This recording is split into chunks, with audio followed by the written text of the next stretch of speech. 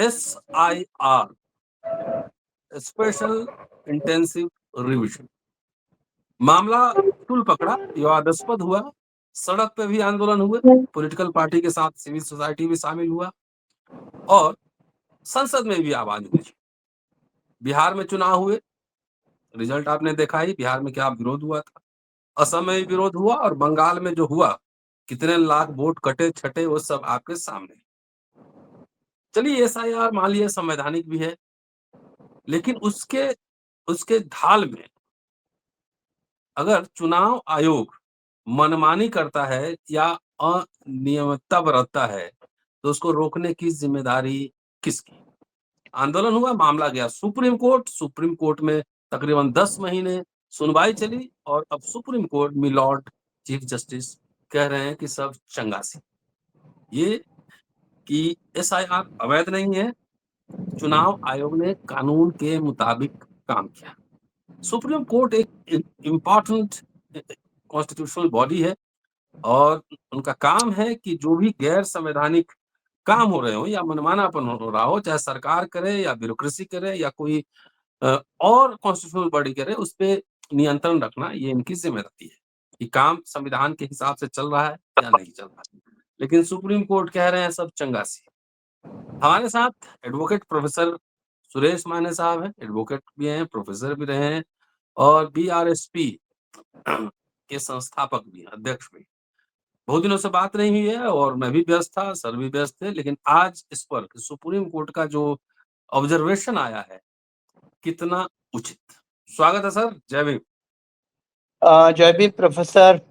जैसे आपने बताया कि आज ही सुबह माननीय सर्वोच्च न्यायालय ने SIR को लेकर जी लगभग 10-12 रिट पिटीशन सुप्रीम कोर्ट के सामने पेंडिंग थी।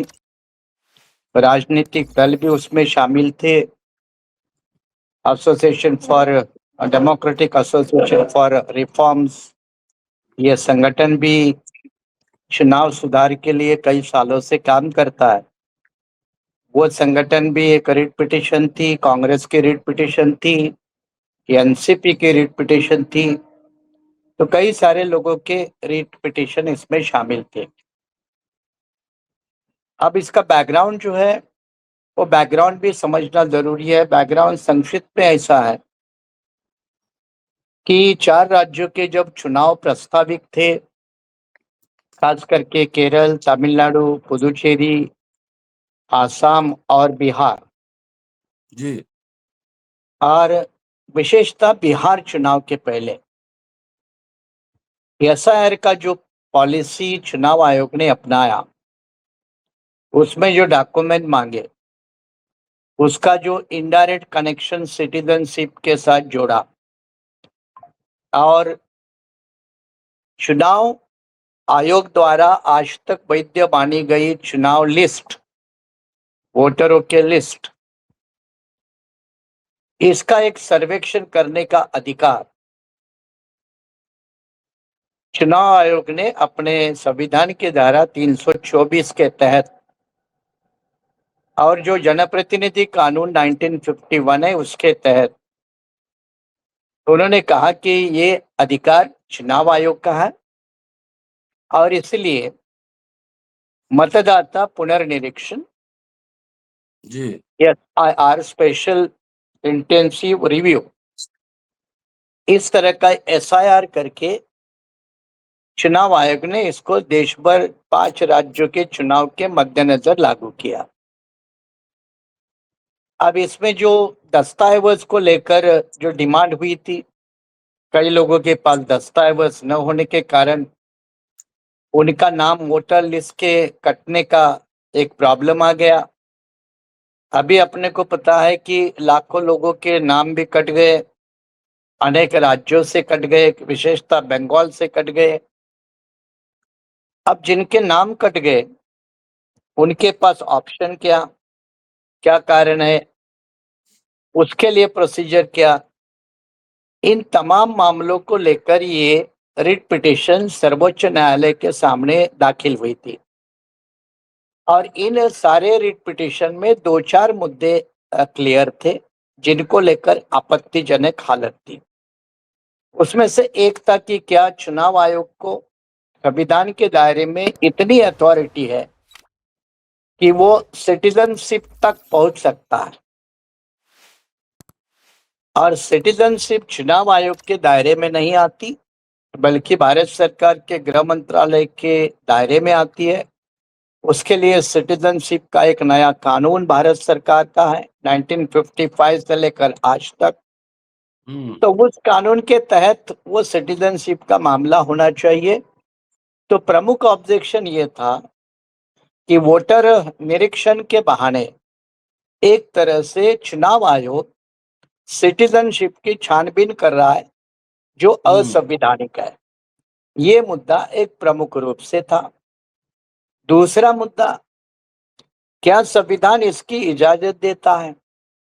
आर्टिकल 324, 325, 326 क्या इसके दायरे में चुनाव का कंट्रोल, मैनेजमेंट, सुपरिटेंडेंस, क्या ये चुनाव आयोग के दायरे में, मतलब क्या चुनाव आयोग को ये अधिकार है? ये एक दूसरा सवाल इन रिट पिटिशंस में था। तीसरा सवाल ये था कि आज तक जो देश में वोटर रिव्यू हुए, मतदाता सर्वेक्षण हुए, निरीक्षण हुए, इसमें जो प्रोसीजर अपनाई और वर्तमान में जो प्रोसीजर अपनाई, उसमें मूलभूत फर्क होने के कारण वर्तमान की जो प्रोसीजर अपनाई वो प्रोसीजर गैर संवैधानिक है, गैर कानूनी है। जब गैर कानूनी है ये शब्द प्रयोग है तो उसके लिए पीपल्स रिप्रेजेंटेशन एक्ट 1951 और उसके अंदर जो रूल्स बने हैं वो रूल्स का हवाला देकर ये रिट पिटिशन सर्वोच्च न्यायालय के सामने थी। अब जजमेंट तो आज आ गया, लेकिन जजमेंट के दौरान राज्यों के चुनाव भी संपन्न हो गए। तो एक प्रकार से राज्यों के चुनाव होने के बाद ये एकेडमिक मुद्दा रह गया बड़े लेवल पे, क्योंकि जिन मुद्दों को लेकर इन चुनाव दरमियान ये विषय उठाए थे, रिट पिटिशन दाखिल किए गए थे, उसका एक तरफ से समय समाप्त होने के कारण ये एकेडमिक इशू बन गया। और इस एकेडमिक इशू को सर्वोच्च न्यायालय ने अपने 124 पन्ने के आज के जजमेंट में, 124 पेज का, चीफ जस्टिस सूर्यकांत और दूसरे मिस्टर बागची, जॉयमाला बागची, ये दो जजों के खंडपीठ ने आज अंतिम फैसला दिया। और ये अंतिम फैसला देते वक्त उन्होंने कहा कि चुनाव आयोग ने जो अधिकार का इस्तेमाल किया है वो बिल्कुल संवैधानिक है, में कोई असंवैधानिकता नहीं है। ये उन्होंने पहले स्पष्ट रूप से कहा। दूसरा उन्होंने कहा कि जो पीपल्स रिप्रेजेंटेशन एक्ट 1951 और उसके अंडर जो 1960 में रूल्स बना है, रेगुलेशंस बना है, ये दोनों का भी इसका उल्लंघन नहीं हो रहा है। विशेषतः पीपल्स रिप्रेजेंटेशन एक्ट, इसको संविधान के 324 के साथ पढ़ना जरूरी है, और इसलिए यहाँ प्रोसीजरल कोई इलीगैलिटी हुई है क्या, तो इसका जवाब सुप्रीम कोर्ट ने दिया है कि यहाँ कोई प्रोसीजरल इरेगुलरिटी नहीं हुई है।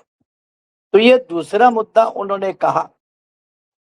तीसरा जो मुद्दा सुप्रीम कोर्ट ने जवाब के तौर पर जो उठाया वो ये है कि जो प्रोसीजर अपनाई, क्या वो मकसद के साथ मैच होती है?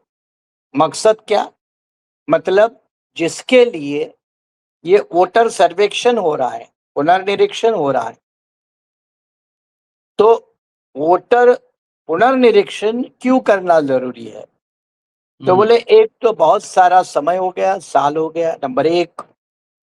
नंबर दो, बड़े पैमाने पे माइग्रेशन हो गया, इसलिए जिन पते पर वोटरों ने अपना रजिस्ट्रेशन किया था वो अब दूसरी जगह चले गए, इसलिए डुप्लीकेशन ऑफ वोटर भी है, ये भी उन्होंने हवाला देकर कहा। और इसीलिए कि अगर सही वोटर इनकी संख्या और एलिजिबिलिटी अगर तय करनी है तो जी ये भी अधिकार चुनाव आयोग के दायरे में आता है। और इसलिए nexus between the procedure and the object, मतलब क्या हासिल करना है और कैसे हासिल करना है, ये जो कोई कानूनी तालमेल होता है तो सुप्रीम कोर्ट कहता है कि इसका कोई यहाँ उल्लंघन नहीं हुआ है। हम्म रही नागरिकता को लेकर जो सुप्रीम कोर्ट ने कहा है वो बड़ी बात है। सुप्रीम कोर्ट ने कहा है कि वोटर देश में कौन हो सकता है। हम्म तो सुप्रीम कोर्ट ने इसमें ये जजमेंट में जवाब दिया है कि जो नागरिक है वही वोटर हो सकता है, जो नागरिक नहीं है वो वोटर नहीं हो सकता। ये तो बात सीधी है, समझने लायक जी भी है। लेकिन यहाँ सवाल यह आता है कि क्या चुनाव आयोग नागरिकता तय करेगा? और उसका जो रिट पिटिशंस दाखिल किए थे उसमें भी यह सबमिशन था कि ये इलाका चुनाव आयोग का नहीं है, ये दायरा चुनाव आयोग का नहीं है। लेकिन सुप्रीम कोर्ट ने इस जजमेंट में कहा है, खास करके जो कंक्लूजन उनके हैं पैरा नंबर एफ, मेरे सामने दूसरे लैपटॉप पे जजमेंट है मेरे सामने, तो जी उसमें उन्होंने ये कहा कि सिटीजनशिप की छानबीन करना चुनाव आयोग का दायित्व नहीं है, लेकिन एलिजिबिलिटी ऑफ वोटर तय करते वक्त limited inquiry of citizenship, hmm limited inquiry करने का उनको अधिकार है। और वो भी किस लिए? ताकि चुनाव आयोग अपने आप को सेटिस्फाई करे, उसकी मशीनरी अपने आप सेटिस्फाई करे कि ये विदेशी नागरिक नहीं है, इसलिए वो लिमिटेड इंक्वायरी कर सकता है। लेकिन उन्होंने आगे कहा कि अगर वोटर लिस्ट से नाम निकला या कट गया, इसका मतलब वो देश का नागरिक नहीं है, ऐसा नहीं होता है। तो ये एक पॉजिटिव उसमें समझने वाली बात है, क्योंकि ये अधिकार चुनाव आयोग का है नहीं, इलेक्शन कमीशन का नहीं है। उनका लिमिटेड दायरा है कि एलिजिबिलिटी ऑफ वोटर, यहां तक नागरिक है या नहीं है ये उनका दायरा नहीं है। और इसलिए उन्होंने कहा, सुप्रीम कोर्ट ने कहा है कि जिनके नाम कट गए, जिनकी एलिजिबिलिटी सिद्ध नहीं हुई, उनके नाम अब चुनाव आयोग ने 4 हफ्ते के अंदर गृह मंत्रालय का जो नागरिकता विभाग है, सिटीजनशिप डिपार्टमेंट है, उनको भेजने चाहिए। और फिर वहां सुनवाई होगी, हियरिंग होगी, नोटिस होगा, जो भी प्रिंसिपल ऑफ नेचुरल जस्टिस के रूल होते हैं उसमें पहले नोटिस होता है, बाद में सुनवाई होते हैं। तो वो सिटीजनशिप देने वाला, कैंसिल करने वाला, विड्रॉ करने वाला जो विभाग है गृह मंत्रालय का, वो इसकी छानबीन करेगा। मतलब नाम वोटर लिस्ट से कट गया, इसका मतलब आप नागरिक नहीं हो, ये अनुमान निकालना सही नहीं है। बल्कि ये अधिकार चुनाव आयोग का नहीं है, बल्कि ये अधिकार अंडर द सिटीजनशिप एक्ट जो कॉम्पिटेंट अथॉरिटी है, वो कॉम्पिटेंट अथॉरिटी को डिसाइड करने का अधिकार है। ये बात उन्होंने क्लियर की है। अब ये जो मैंने कहा कि चुनाव आयोग ने जो नाम काटे हैं, क्योंकि ये बड़ा मुद्दा है देश में, क्योंकि लाखों की संख्या में नाम कटे हैं या जो भी पॉलिटिकल पर्पस के लिए काटे हैं। अगर काटे हैं तो चुनाव तो हो गए, जो परिणाम आना वो आ गए, जो नुकसान होना हो गया। इसलिए मैंने कहा कि अब ये जजमेंट एकेडमिक इशू बन गया है, ये एकेडमिक पर्पस का, एकेडमिक मुद्दों का जवाब दे रहा है। हो सकता है भविष्य में इसको दूसरे चुनाव के लिए काम आएगा, लेकिन मैंने कहा कि जो अब जवाब दिए वही जवाब तो लागू होंगे। और इसीलिए अब 2003 के रोल को लेकर जो आग्रह था कि भाई ये चुनाव आयोग का रोल है, उसमें उनका नाम है, इसी को एक्सेप्ट करना चाहिए, तो सुप्रीम कोर्ट ने ये दलील चुनाव आयोग की एक्सेप्ट की है कि कई सारे मर गए हैं, कई सारे माइग्रेट हो गए, कई सारे डुप्लीकेट हो गए हैं, तो डुप्लीकेट वोटर, मर गए वोटर, इनका इलिमिनेशन होना बहुत जरूरी है। और इसीलिए ये इलिमिनेट किए हुए वोटर है, उनकी सूची 4 हफ्ते के अंदर ये सेंट्रल गवर्नमेंट को, चुनाव आयोग, इलेक्शन कमीशन की जो भी मशीनरी है, उन्होंने देना चाहिए। और फिर सिटीजनशिप एक्ट के अंदर जो कॉम्पिटेंट अथॉरिटी है वो उसके ऊपर फैसला लेगा, बाकायदा प्रिंसिपल्स ऑफ नेचुरल जस्टिस इनको देकर। इस तरह का ये जजमेंट है। और इस जजमेंट के कारण कुछ बातें अब क्लैरिफाई हो गई। क्लैरिफाई क्या हो गया? नंबर 1, एसआईआर अनकॉन्स्टिट्यूशनल है क्या? जवाब है, सुप्रीम कोर्ट ने आज 27 मई 2026 को जो 124 पेज के जजमेंट में चीफ जस्टिस और जॉयमाला बागची इन्होंने जो उत्तर दिया है, एसआईआर अनकॉन्स्टिट्यूशनल नहीं है। नंबर 1। नंबर 2, चुनाव आयोग को एसआईआर करने का अधिकार है। नंबर 3, बहुत सारे फैक्टरों के कारण वोटर सर्वेक्षण करना जरूरी है, बहुत समय से नहीं हुआ था, इसलिए यह आवश्यक है। और जो डॉक्यूमेंट मांगने गए वो डॉक्यूमेंट के आधार पर वोटर एलिजिबिलिटी टेस्ट पूरी करना है, जानकारी लेनी है, और इसलिए प्रोसीजर भी कोई गलत नहीं थी, इलीगल नहीं थी। नागरिकता को लेकर उन्होंने कहा कि कोई अनकॉन्स्टिट्यूशनल नहीं है, और अगर वोटर लिस्ट में नाम कट गया इसका मतलब वो देश का नागरिक नहीं है, ऐसा नहीं मानना चाहिए। कटे हुए लोगों के नाम, अगर नागरिकता का संशय है तो वो सारे नाम होम डिपार्टमेंट को, सेंट्रल गवर्नमेंट को सिटीजनशिप कानून के अंदर चुनाव आयोग ने भेजकर उसकी छानबीन करना चाहिए। उसके लिए पर्याप्त नेचुरल जस्टिस की प्रोसेस, जिसको ड्यू प्रोसेस कहते हैं, वो ड्यू प्रोसेस का पालन करना चाहिए। एक तरफ से चुनाव आयोग को ये सारे अधिकार देकर चुनाव आयोग को मजबूत करने का काम आज के जजमेंट ने, माननीय सर्वोच्च न्यायालय के जजमेंट के माध्यम से हुआ। नहीं, एक सवाल और है कि विपक्ष तो इसको संसद में भी लड़ा, सड़क पे भी लड़ा, और चुनाव जो जिस तरह से वोट कटे, सुप्रीम कोर्ट ने कहा कि जाइए अगले चुनाव में वोट दे दीजिएगा। मतलब वो 27 लाख वोट से बहुत सारा इक्वेशन चेंज हो सकता था। अब विपक्ष क्या करे, क्या विकल्प है? सुप्रीम कोर्ट में भी चुनाव आयोग के पक्ष में ही और सरकार के पक्ष में एक तरह से कहिए ऑर्डर दिया, तो अब क्या विकल्प है? अब 2 विकल्प है। पहले तो एक कानूनी विकल्प है कि जो भी रिट पिटिशनर है इसमें जिन्होंने चैलेंज किया था वो सुप्रीम कोर्ट के सामने रिव्यू पिटिशन करे। रिव्यू पिटिशन का एक ऑप्शन है, लेकिन रिव्यू पिटिशन में चांसेस जो लेवल है वो लगभग ना के बराबर होती है, लेस देन 5%, 2%, 1%। और रिव्यू पिटिशन जो जजों ने जजमेंट दिया है आज का, उनके ही सामने जाता है, दूसरे जजों के सामने नहीं जाता। तो रिव्यू का मतलब पुनर्सुनवाई नहीं होता है।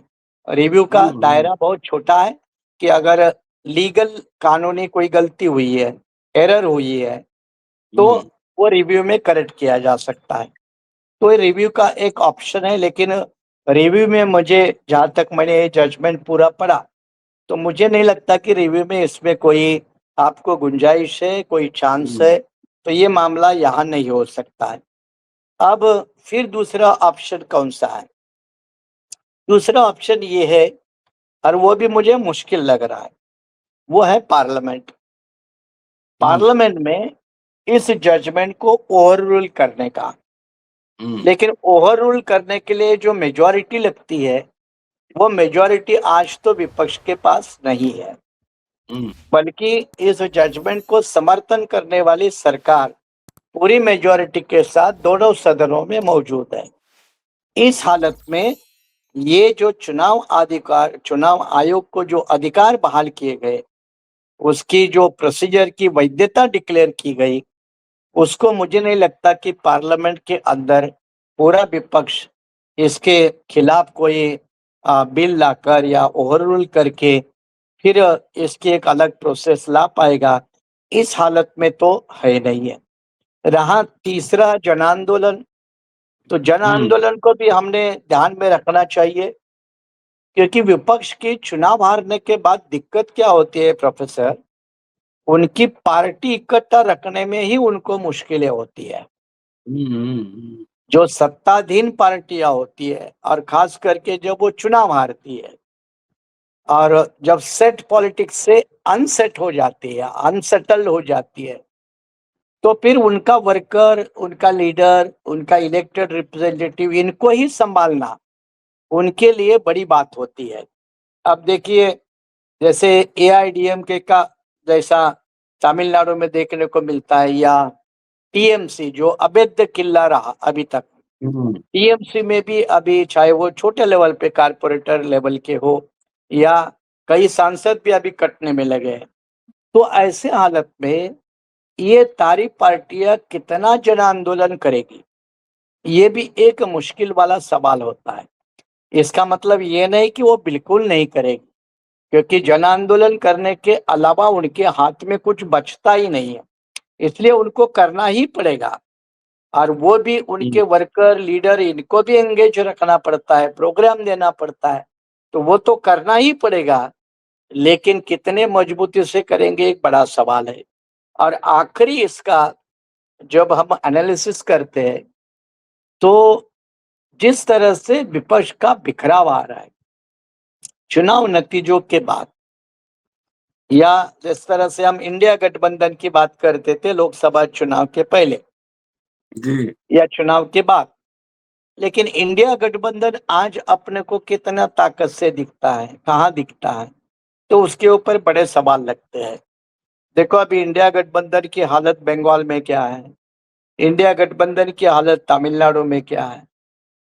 राजनीति में नए समीकरण बनते बिगड़ते, ये सही बात है, लेकिन एक सेटल्ड इक्वेशन जब अनसेटल होता है, तो देश के लेवल पर बड़ा जन आंदोलन, केंद्र सरकार की नीतियां, उसके माध्यम से चुनाव आयोग के अधिकार या अन्य कोई अधिकार, इनको चैलेंज करने वाला उतना बड़ा जन आंदोलन खड़ा हो सकता है क्या, तो उसकी भी गुंजाइश आजकल बहुत कम लगती है।